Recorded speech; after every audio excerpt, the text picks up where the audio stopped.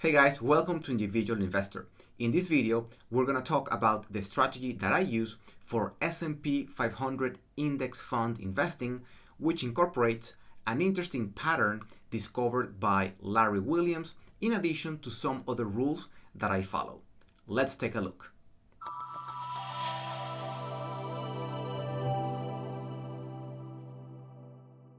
It has been proven many times already that the best strategy for the average individual investor is to just invest on a regular basis in a broad market index fund, pretty much on autopilot and for the long term.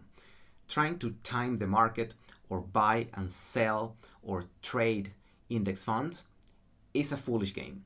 If you haven't read the book, The Little Book of Common Sense Investing by John Bogle, the creator of the index fund himself, I highly recommend it because he goes in detail into how index funds work and what's the best strategy to invest in them. Now, without further ado, I do like to optimize the way I invest in the S&P 500. So here are my 4 rules for S&P 500 investing. The first rule is do not invest in the S&P 500 during bear markets.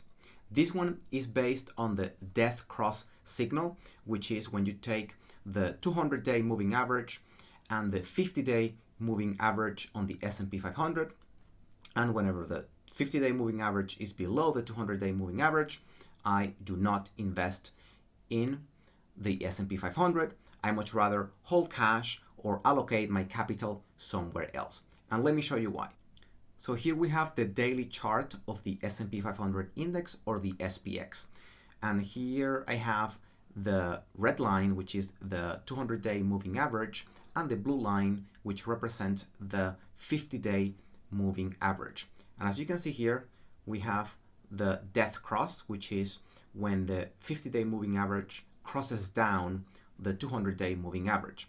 So effectively, as you can see here, we are technically in a bear market that started based on the interpretation of the moving average roughly in March 15th, 2022.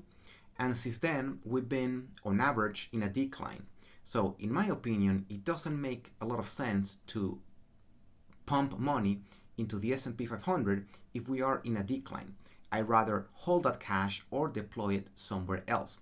And then when things get back on track, for example here, it seems that we are starting to come out of the bear market based on these technical indicators. So we can start thinking about investing again in the S&P 500. Now, if we go back here, well, here we have the pandemic, which was a pretty sudden drop. So that one doesn't count too much. Here you could have invested in a bear market, but the recovery was so quick that it pretty much didn't matter. We were already trending upwards. But if we go back to the other major crashes, like the 2008, 2009 financial crisis, we can see here that when the bear market started based on the indicators in December 2007, January 2008, we can see that there was pretty much a constant decline up until for about 1.5 years. So it didn't make sense here to invest in the S&P 500 if your money or your returns were going to be just negative for those 18 to 24 months. Then you could have started investing again in the S&P 500 and optimize a little bit your returns over the long term. And if we go back to the dot-com bubble in the year 2000, we can see here that similar scenario. We are here in a bear market, and we can see here that since November 2000, it was just a constant decline up until pretty much 2003. Okay, so again, you would have been better off just holding cash for roughly 2.5, 3 years, okay, or investing that money somewhere else, and then you could have started investing again in the S&P 500 in 2003.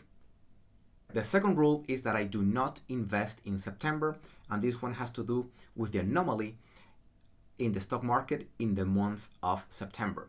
As you can see here from Investopedia, stocks have been down in September 55% of the time since 1928, which makes it just slightly more than a 50-50 chance of showing a negative return for the month.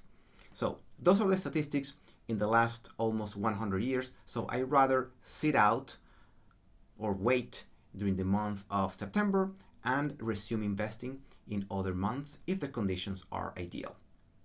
The third rule is that I buy using inflation-based buy signals. This one has to do with a discovery or a pattern found by Larry Williams, where he says that downturns in inflation are bullish for stocks. So basically, there's one simple rule. Whenever there are 3 consecutive months of downturns in inflation, then that's your buy signal. He explains this in his 2023 Outlook video on YouTube. I will provide a link to his video in the description below. So here's the chart that he uses to explain this. The black line represents the inflation rate on a monthly basis, and the blue line represents the S&P 500. And as you can see, the little horizontal lines represent the monthly inflation rate, and the red vertical lines are your buy signals. So as you can see, every time you have 3 months of downturn in inflation, you can see that you get your buy signal. And as you can see, it's pretty accurate. So this is something that I incorporated into my S&P 500 investing strategy. I did my own analysis here. So I have all inflation figures for the last 20 years on a monthly basis. And here we have also the S&P 500 on a monthly basis. And what I'm doing here is generating my own inflation-based signals. And this is done based on the same principle that Larry Williams explains in his video. So basically, if the last 3 months show a consecutive decrease in inflation, then that generates, or that returns a 1, which is a buy signal. And then if it doesn't, then it returns a 0, which is a do nothing signal, basically. And if we graph these numbers, then we get this graph where we have the S&P 500 over the last 20 years, and then the blue lines represent the ones or the buy signals based on the table. And as you can see here, at least in the last 7 months, 6 to 7 months, we've been getting pretty much a buy signal every single month, which is nice. And then as you can see here, from the peak back in November, December 2021 up until August last year, there were not any buy signals. So this is nice because this would have kept you out of the market holding cash, and then you simply wait until the conditions are ideal to start pumping money into the S&P 500 again. And the fourth and last rule is to be patient. Never sell. Broad market index funds, mutual funds, ETFs are not meant to be actively traded, and that is explained in detail in this book. So my philosophy is that when the conditions are not right, I simply do not invest in the S&P 500 that month, but that doesn't mean that I sell either. I simply do not invest.